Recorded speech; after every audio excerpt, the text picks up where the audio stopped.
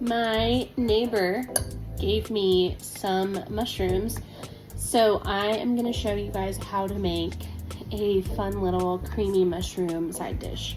This is super easy to make and it's very delicious.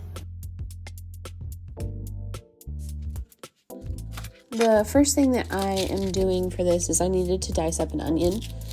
You're not really going to use very much onion in this recipe. It's only about a tablespoon. So what I did with my onion was I went ahead and diced up the whole thing. And then I put it in a Ziploc bag and stuck it in the fridge to use for dinners and stuff throughout the week.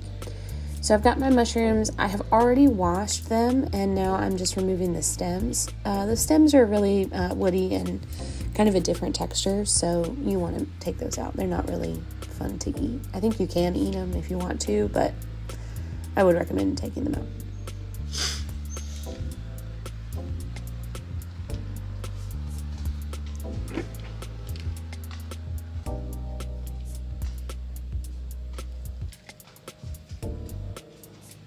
And to take the mushroom stems out, all you really need to do is just like kind of grab each end, the cap and the stem, in different hands, and then just give it a twist and it will pop right out.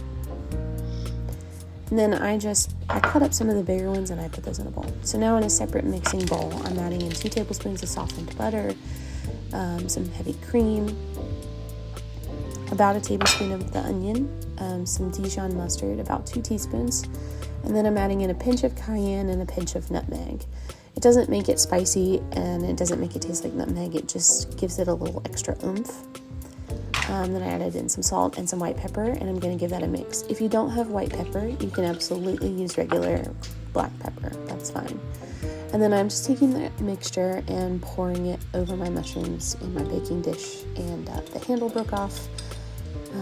But the inside of my baking dish was still good, so I'm going to keep using it because it was expensive and I don't want to get rid of it. It's a really great size for little stuff like this. So you bake it at 375 for 45 minutes, and this is it when it comes out. My husband ate all of them as soon as he got home. He loved them. He said they were delicious, and he hopes that I make more. So be sure to check out Loaves and Dishes, and thanks for watching.